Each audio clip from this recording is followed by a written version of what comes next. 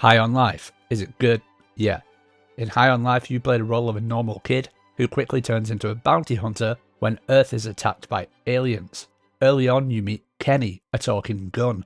He is voiced by Justin Roiland and sounds exactly like Morty from Rick and Morty, which can be distracting, but it didn't bother me too much. The gameplay feels great. As you progress through the game, you unlock different weapons and abilities.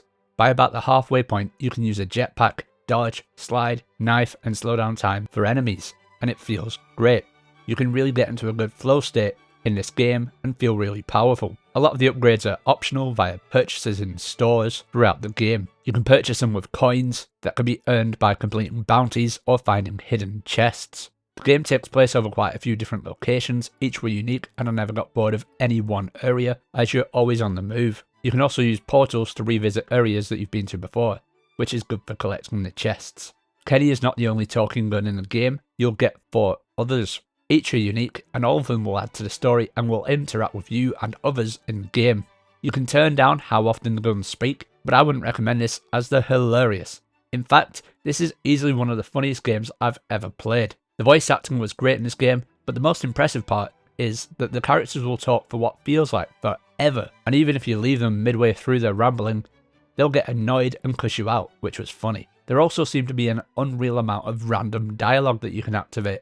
For example, in a pawn shop, I jumped over the shelves rather than walking around them, and I got told off for doing so by the store owner. There were so many instances of stuff like this throughout the game, and it was so impressive. The game is quite impressive graphically, but unfortunately the frame rate did drop when fighting a lot of enemies or during boss fights. Boss fights were okay, but not too hard. I played on normal and died around 10 times in total. But for me, the difficulty felt just right, as I never felt like I was breezing through the game. Quite the opposite in fact. The game does a good job at making you keep close to enemies as they drop shields, which you need, or you'll be shot to death. So it's hard to just hide behind cover, which is a good thing, as the controls were great, but the only issue I had with the controls was the crouch button, which was assigned to down on the D-pad, which was not at all convenient.